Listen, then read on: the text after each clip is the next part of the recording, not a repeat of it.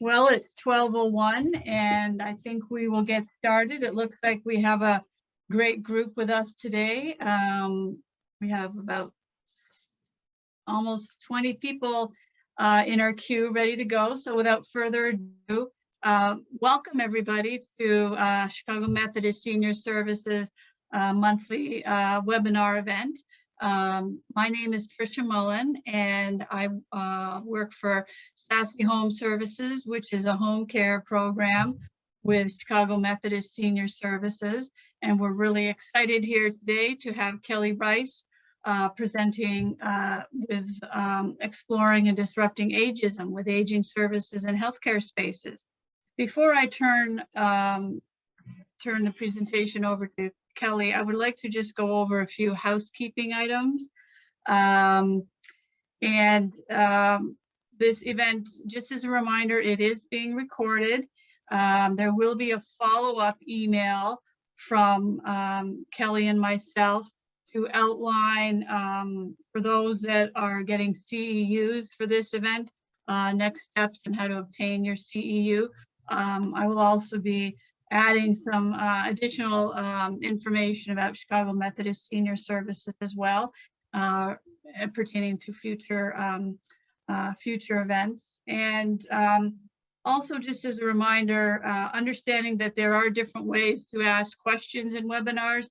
Our preference today is for participants to use the Q&A box, as well as Kelly's going to be having a Q&A session at the end of her presentation. There's a lot of great information Kelly's wanting to present, so they just want to get through it and not to avoid your questions, but I just want to share as much as we can today. So without further ado, I'd like to introduce my friend and colleague, Kelly Rice, with 20 years of experience in the healthcare and social service settings.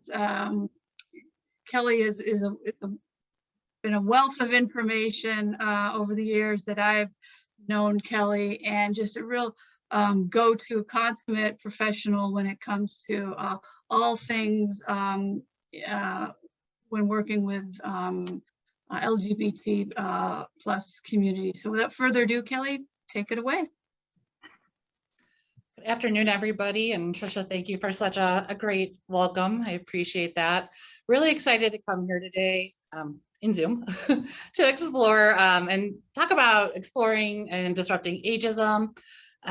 Really excited. I'm actually right now down in New Orleans at the American Society on Aging conference, and really excited to share too. There are multiple sessions this time talking about ageism in all different spaces. So it's really exciting to see this be a topic that is being discussed more and explored more.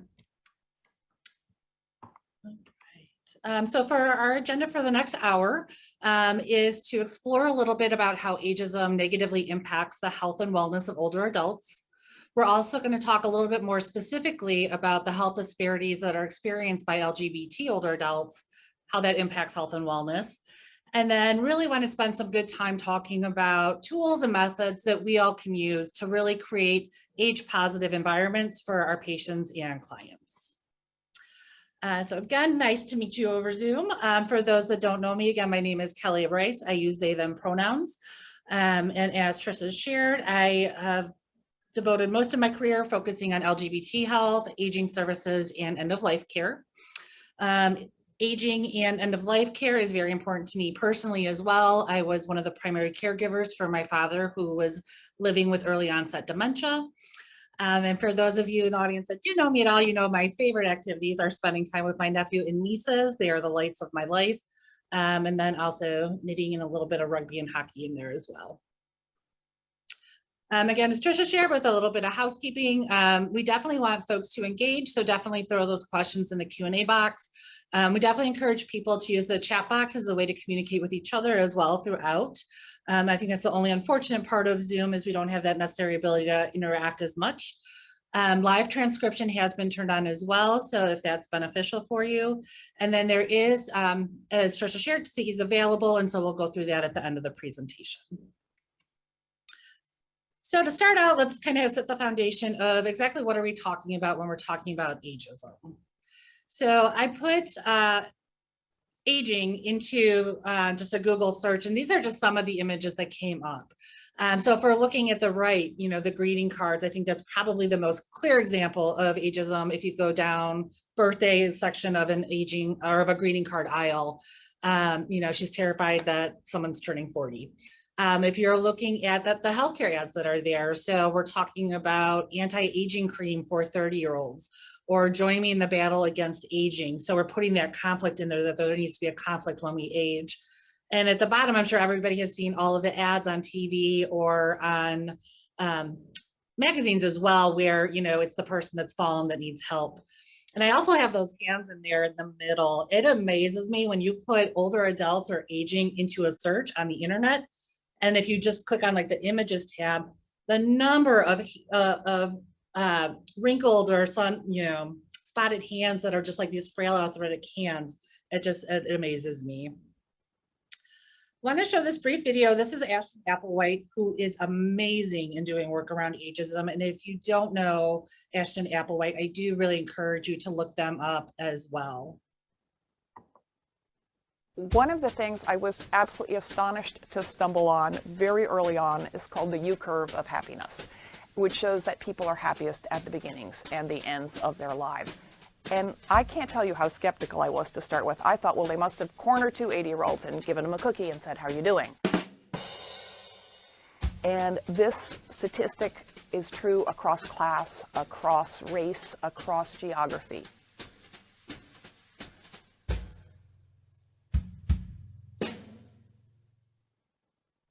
I am a spokesperson for a global, I hope, grassroots movement to make discrimination on the basis of age as unacceptable as any other prejudice. This is incredibly important, not just politically and socially in the US, but around the world. There are hundreds of thousands of more healthy, well-educated adults than ever before in human history. The way we meet this challenge and opportunity of population aging, which is a permanent, global, irreversible phenomenon, will be very different if we just see it through the lens of disaster, debility, older people as a burden, than for what it is, an unprecedented opportunity as well to tap into this knowledge base and these abilities of all these older people of, you know, my age and beyond, who have so much to offer, want to offer so much, and who are often prevented from doing so by structural discrimination in the workforce, in the world at large, and often by our own negative preconceptions of ourselves as we get older. There is ageism everywhere. I used to say it was the last acceptable prejudice, but I think we have a long way to go on a lot of them, but I think it is the one that people still don't think of. Open any magazine, and you will rarely see older people in advertising, or if they are in advertising, it's either for cruises or for medicine. If you want to see ageism on steroids, walk down the greeting card aisle of any pharmacy where cards say disgusting things about age and aging. We do this to ourselves. Internalized ageism, right? We are barraged with negative messages about age and aging from childhood on. And unless we stop to challenge this idea that it's just decline, that we become unattractive, useless, impaired, it becomes part of our identities. Cognitive decline is not inevitable. There's about 20% of older people who escape cognitive decline entirely. And think about it, we all know some of those really, really smart 90-year-olds, right? I mean, again, tap into your own lived experience and you will see that these are truths. In this society, we frame aging as something to succeed or fail at, which is crazy. We don't succeed or fail at childhood, and aging is living. So what I would like to see is this idea that aging is shameful to be stripped away, because aging is a natural, powerful, lifelong process that we are all engaged in. Let's take the shame out of it.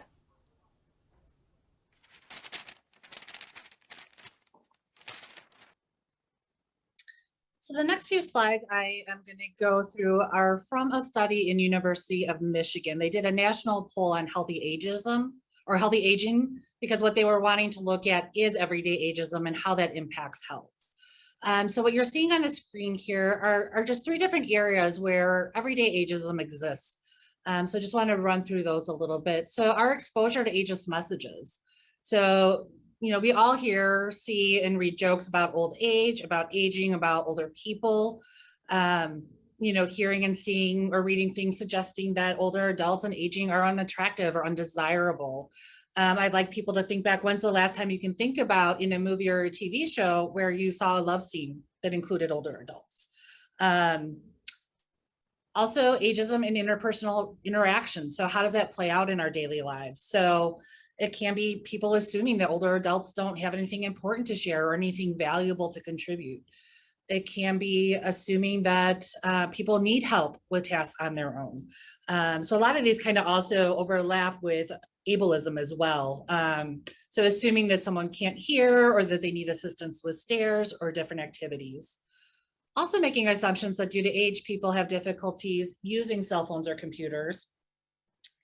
I have some older adults that I work with or that are in my personal life that can run circles around me with technology. And I also know some young folks that are not skilled in using technology as well. Making assumptions that folks are having difficulty hearing or seeing. So seeing an older person, and so you start talking louder. Assuming that people have issues with remembering and or understanding. And then we know everyone also has some internalized ageism as well within our country as well. So, that can look like agreeing with statements like feeling lonely is a normal part of getting older, or, depression, sadness, or being worried is a normal part of getting older. And this really does impact us all in a really tremendous way. So this is the results from that poll that they did. And so with those areas of everyday aging I just went through, they polled folks 50 to 80 years old to see what their experience was. And 82% of the respondents said that they experienced at least one or more forms of that everyday ageism in their day-to-day life. 65% reported exposure to ageist messages, 45% in their interpersonal interactions, and then 36% internalized ageism.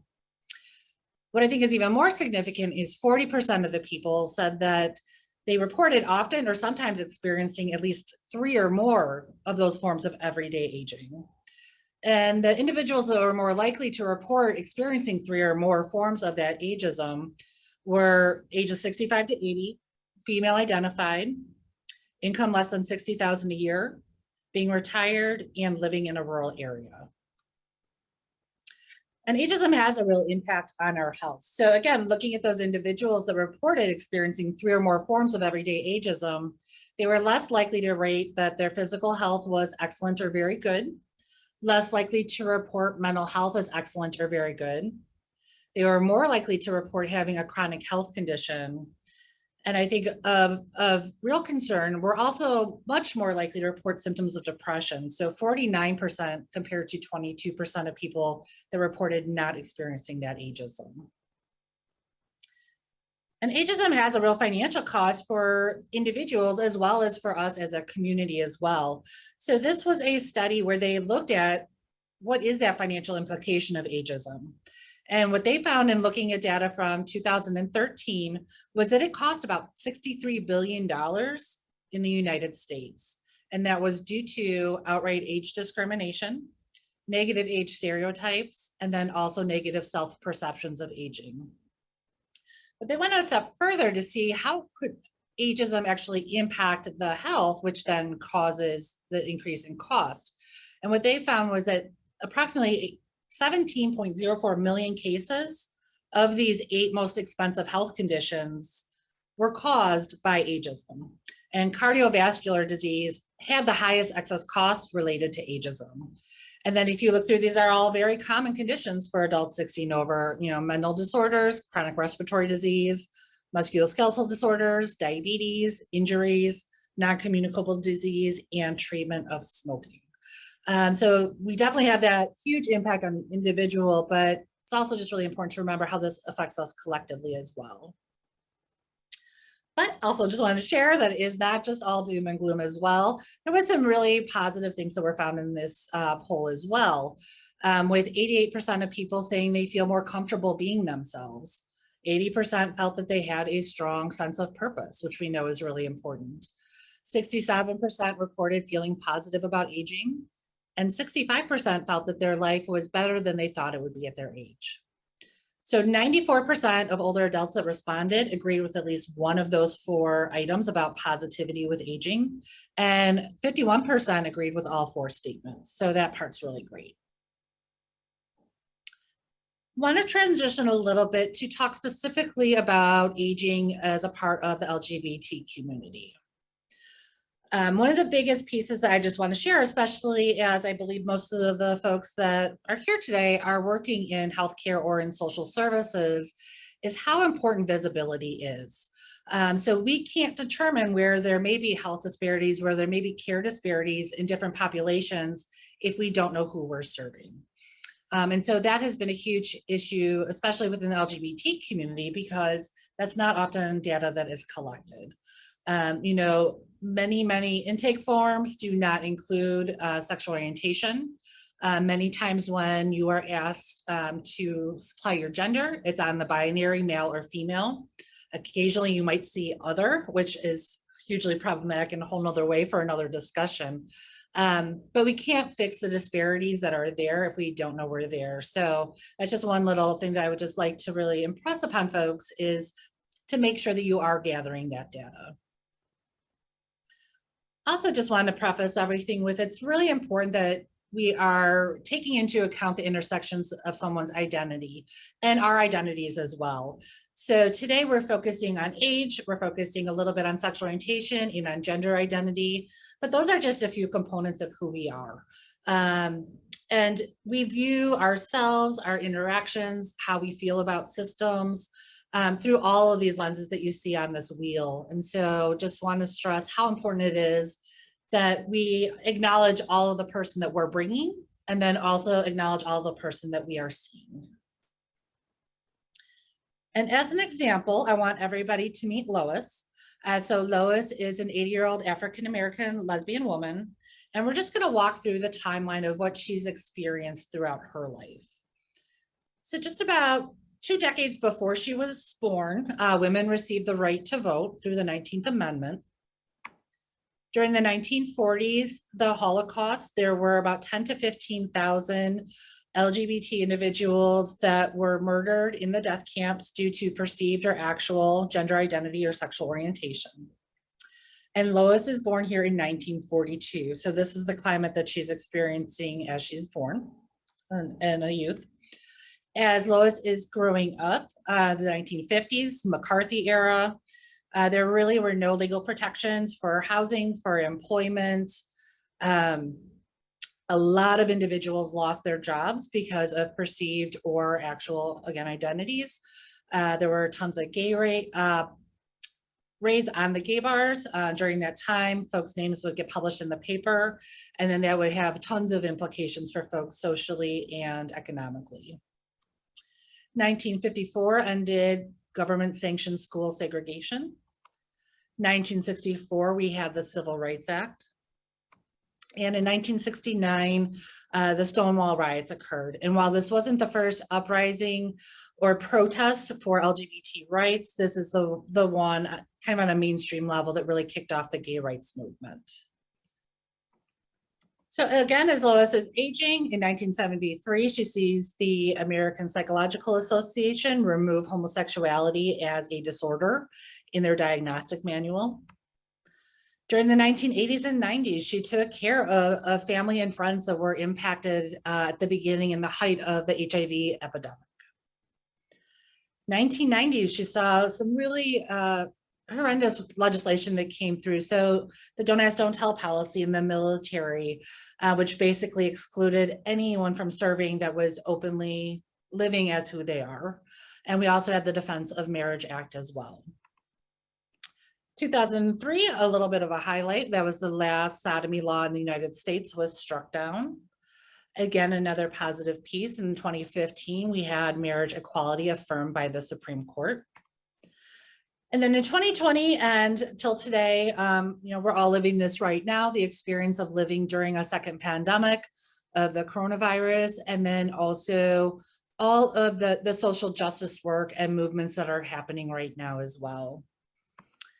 And one thing that I unfortunately had to add on to this version of this presentation was a lot of the legislation that's happening right now across the country that is really looking to roll back rights for transgender and non-binary individuals, as well as many other populations as well.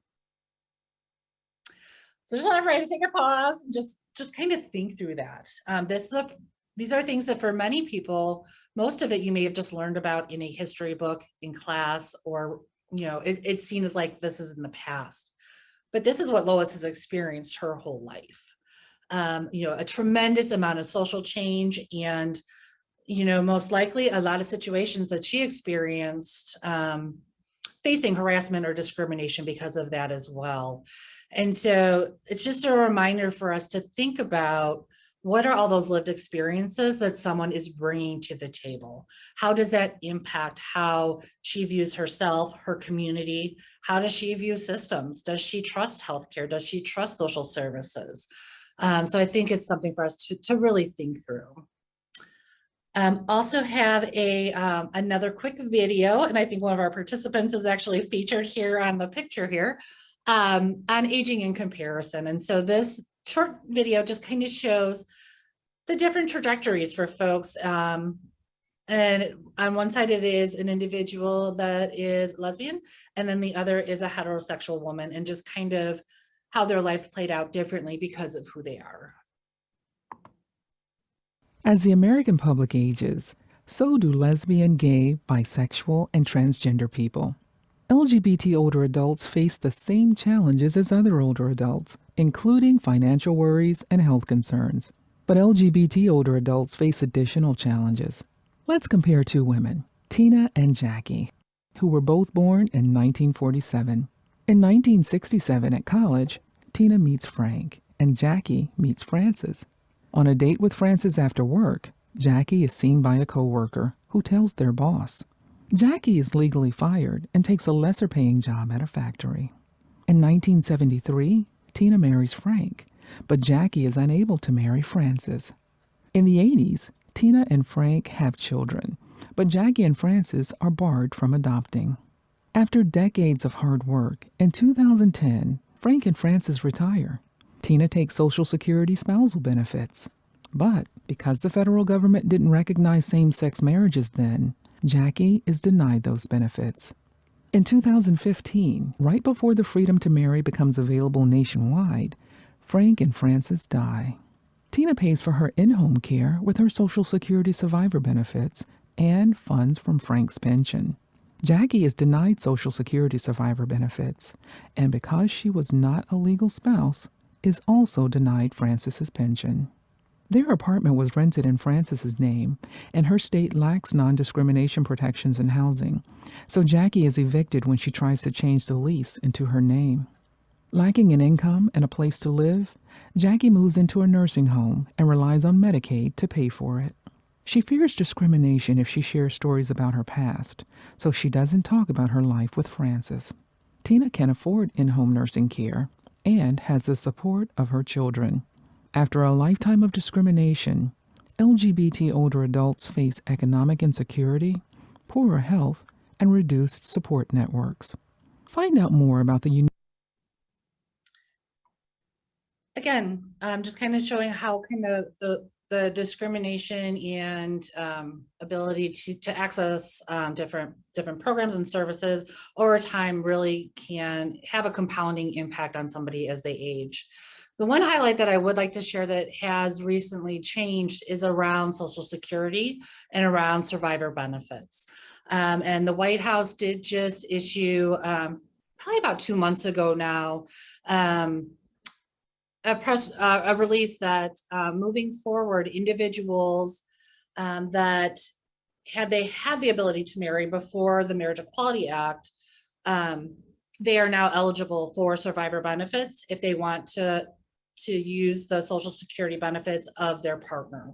So whether that is their partner passed away before 2015, or even if they're married now, but that person passes away before you reach that certain year minimum of being married, you are now eligible. So that was a huge move forward. Unique disparity.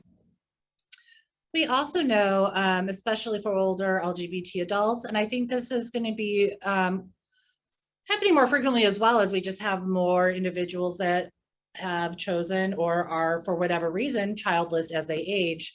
But LGBT older adults are twice as likely to live alone, twice as likely to be single, 3 to 4 times less likely to have children. And we know that many individuals are estranged from their biological family. We see definite health disparities within these communities as well. And so this was a study done in 2011, a little bit dated, but I think it probably still holds true today. And so this slide, this graph just shows self-reported rates of disability. So in working with the study participants, about 35% of heterosexual older adults reported a disability. And that went up to 47% for lesbian, gay, and bisexual older adults, and then went almost double to 62% for transgender identified folks. I do like to highlight this study and a few of the other studies that are in this project as well, because they do separate out gender and sexual orientation. That is one of the problems when you look at a lot of the research or a lot of the writings that are coming out, is they treat LGBT as it is a population, as opposed to it being an umbrella of many, many, many populations, with a full spectrum of sexual orientation and a full spectrum of gender identities as well. We also know there are disparities in support systems as well. So this was a study done by SAGE in 2014, which showed that LGBT older adults were more likely to report living alone, less likely to report living with a spouse or a partner, and more likely to report that they have a shrinking support system. This was a survey done of LGBT adults 45 and older, done in 2018 by AARP. And this one focused specifically on LGBT older adults and long-term supports and services. And so around concerns around long-term care, you can see really significant concerns around potential neglect, around potential verbal or physical harassment, folks being really concerned if they're going to be able to access services. We've seen many stories where individuals are denied services because of their identities. And to that point, about 52% say that they feel like they will be forced to hide or deny their identities to be able to utilize these services.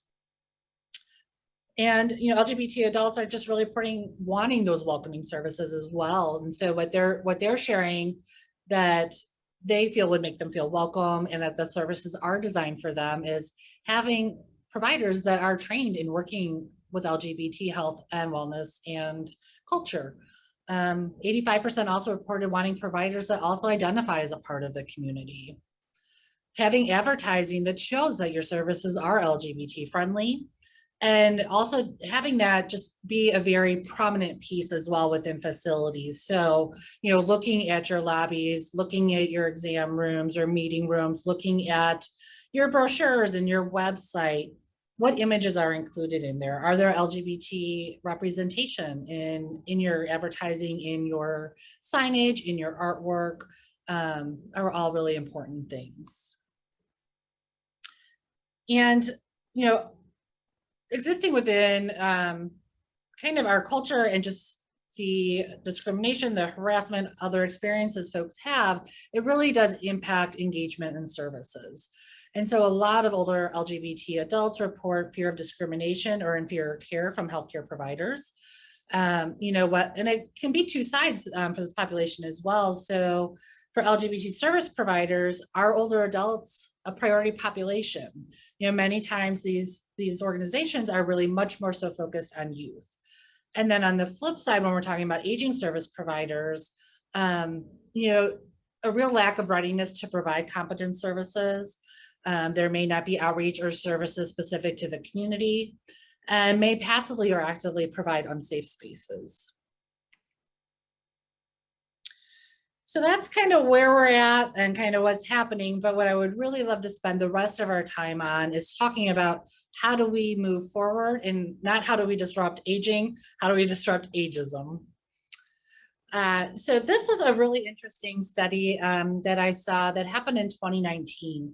And what they did is they did a systematic review and analysis of journals of studies and interventions that were designed to reduce ageism. And so there were some that were just providing education, some that were focused on intergenerational contact, and some that combined the two, both education and intergenerational contact.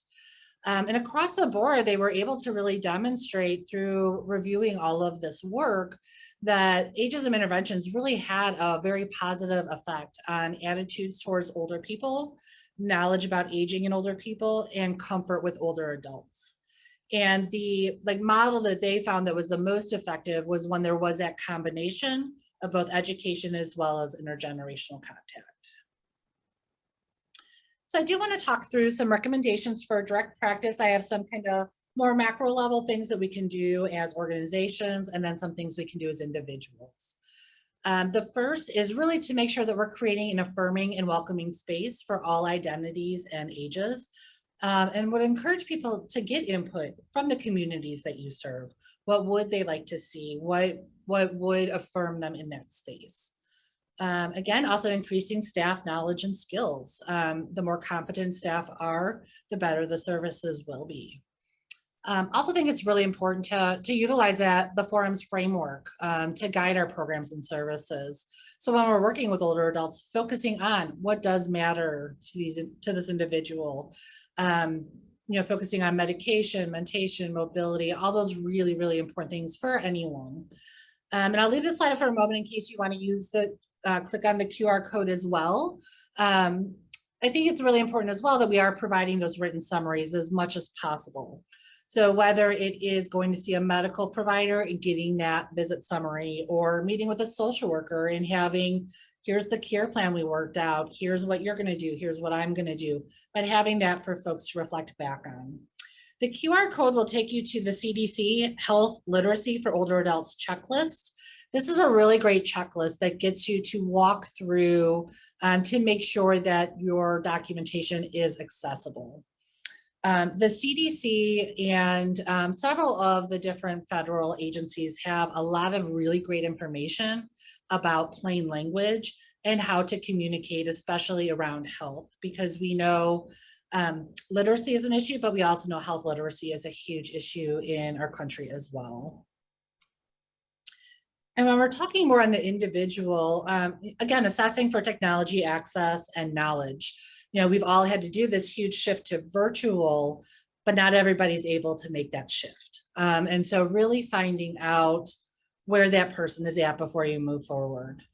Avoiding jargon, abbreviations, acronyms. I've lived in the world of acronyms for 30 plus years, and I can say ADA, and for somebody that means the American with Disabilities Act, for somebody else that means the American Diabetes Association, and so really trying to avoid that, and then again use that plain speak.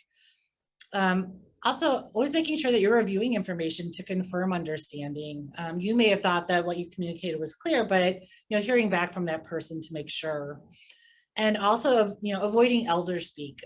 So I have observed that a lot, where you'll hear somebody's voice kind of go up and be kind of sing-songy, like when you're talking to a little child, or dear or sweetie, those kind of things, where we're kind of infantilizing older adults. Again, I have up here communication preferences by generation in this little image, but just also want to highlight that these are generalities, and every individual is different. So they're not kind of meant to be confirmatory in any way, but again, just kind of trying to reinforce that we have had some major shifts in communication, especially over the last 50 years. And folks have different levels of competency, comfortability, and interest in utilizing different forms of communication. So it's really just important, every single person you're working with, to find out what is their communication preferences and their needs. Are they, texting has become a big thing in healthcare now as well. Are they comfortable communicating through text, or would they rather get that phone call? Again, not making those assumptions. So somebody may be very tech savvy, and so you don't want to take that option out as well. Also really important to be aware of generational language and cultural differences as well. Language is something that is always evolving, especially if we think about within the LGBTQ communities.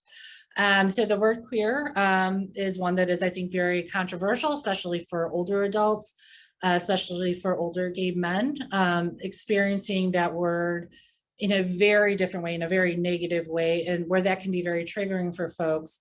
But especially for trans or non-binary older adults, there is a significant proportion of TGMB older adults that do identify as queer. And so also not wanting to invalidate their identity as well. Within the Latinx community, there's a lot of older adults that don't connect or identify with the Latinx term, and they prefer Latino or they prefer Hispanic. So again, I think the biggest piece is finding out who that person is in front of you, what language they're comfortable with and not, and then respecting that as you're working with folks. And again, just really getting to know who is that person. So they're not that checklist, they're not that assessment you need to complete, but really taking the time to have them tell you about themselves and keeping it just that open-ended so they can share what they feel comfortable with. Always asking what is their preferred name, how would they like to be addressed? What pronouns do they use, if any?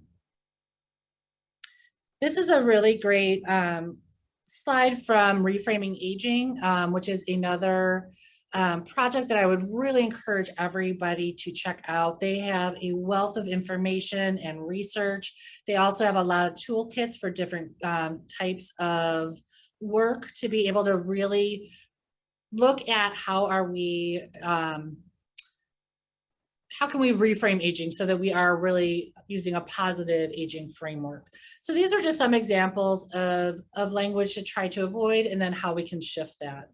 One thing that I am very happy to say that I think has gone away is some of the destruction language. For a couple of years there, all you heard about every time you went to a presentation was the tsunami of aging. In talking about the baby boomers coming into older age. And if you think about a tsunami, that's a very devastating, catastrophic event. And not something we want to use for 20% of our population. So really focusing on, if we want to talk about changing the demographics, what does that look like? So in this example, Americans are living longer and healthier lives. And Ashton Applewhite kind of talked about a little bit too, kind of taking away from that successful aging or individual determinants of aging, choice, planning, control. There are a lot of things that happen while we are aging that are outside of our control. And so that doesn't mean that we are not successfully aging. So talking more about how can we improve solutions so that we all have options, so that we all can thrive. They've done a lot of research on just even terminology. And so doing a lot of surveys and polls around, do you use seniors, elderly, all those different terms. And so what they have found through their research was that the majority of individuals preferred the more neutral language. So older people, we, and using that really inclusive language, we, us, so it's not they, them, and putting that gap between us. Again, kind of that conflict language, struggle, battle, fight, instead of really looking at what aging really is. And it's us building upon everything that we have learned as we grow older, and beautiful things that we can share with others. And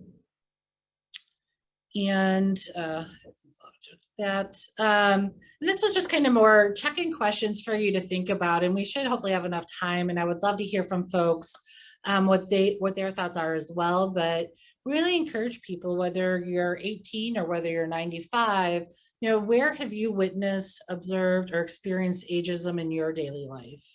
And think through within your day-to-day, what is at least one way that you can disrupt ageism as an individual? But then also think about within your organizations, if you are involved in different boards or committees or coalitions, how can we as communities disrupt aging in a really intentional and focused and positive way?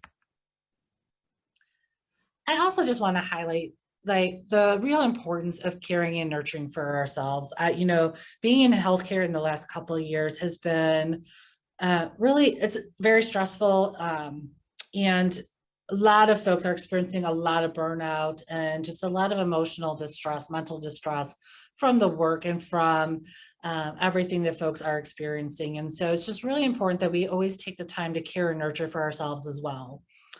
And, you know, kind of the self-care with the bubble bath and the lavender, that's all beautiful. And if you enjoy that, lovely. But what I'm talking about is just like that real care for our bodies. So making sure that you are getting that adequate sleep, nutrition, you know, eating good foods that are going to nourish you, making sure you're staying hydrated, also making sure that we're staying active. I know for myself, I spend 8 to 12, my mom would probably say 16 hours a day sitting in front of Zoom and my computer.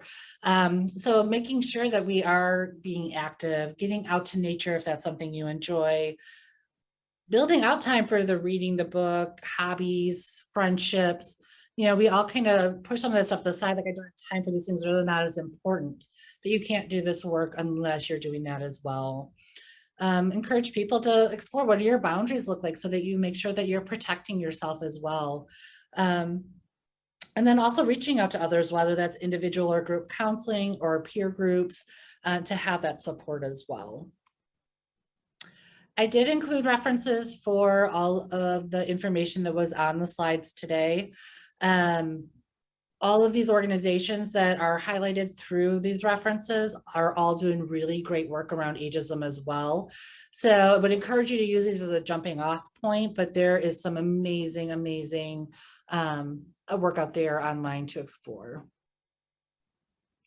And then just really quickly before we get to discussions, because then that way I can take down the slides, we are offering continuing education credits for this presentation. Again, you will get the instructions for how to generate that certificate from Trisha following the session. And so that just shows who is covered under the CE. And just to kind of go basically over it, it's just that you were required to attend the entire session. And then there is a website you go to, and it just walks you through the process of doing an evaluation of this event. You select what type of CE you need, and then you are able to either print or email the certificate. So we have about 17 minutes or so. I wanted to make sure we had a good amount of time to kind of chat a little bit more if people had questions. I hadn't been looking in the chat box, but to be able to talk as a group. Hi, Kelly, this is Trisha. I just wanted to point out something that Don had addressed in the chat. Also to, I think he was including this during that couple slides on the timeline, the 1962 discrimination of homosexuality, first in Illinois, amongst all U.S. states, territories, and protectorates. So I just wanted to highlight that. Yeah, Illinois, I do feel, I don't know what word I would use. I think it's great to be in Illinois. I think Illinois has been very progressive. We just passed some really great legislation in Illinois as well to support older LGBT adults as well as older adults living with HIV. And so I think, yeah, Illinois has been doing some really tremendous work throughout the years and has been very supportive. Thank you.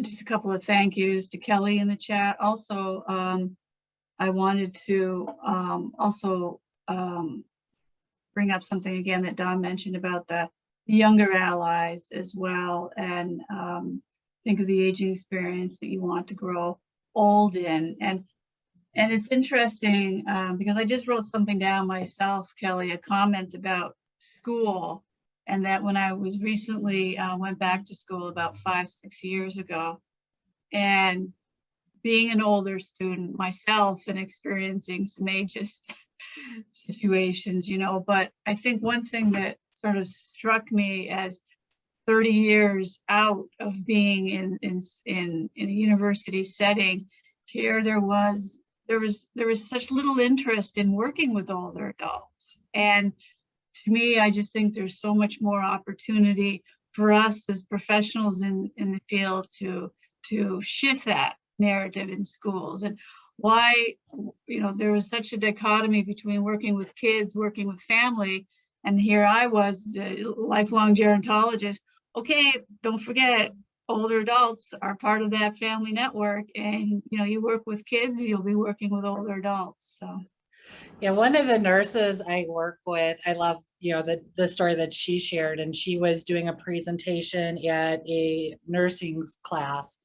And she had asked all the students who was interested in working with older adults, and really no one raised their hands. And she was like, well, that's great, because every single one of you is going to do it, just because of who our population is. It is something I think that is changing. One of the things that I've been coming to the American Society on Aging conference now since 2015, and something I'm seeing this year as opposed to when I was here in 2015 is how intergenerational all of the attendees are. There are a ton of individuals here that are in their 20s and 30s and doing some really great work. And I think that intergenerational connection is where we can really have a lot of impact. I think a lot of people as well, with the way our family systems changed, don't have as much interaction with older adults. And so I think some of it is just not having that experience.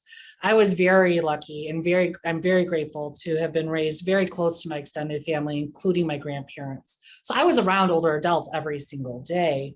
But I have friends that I know maybe met their grandparents once or twice because of distance or things. So yeah, I think that exposure is really important. I always make an effort to speak at alumni events at my university to share how exciting, how cool it is to work in aging.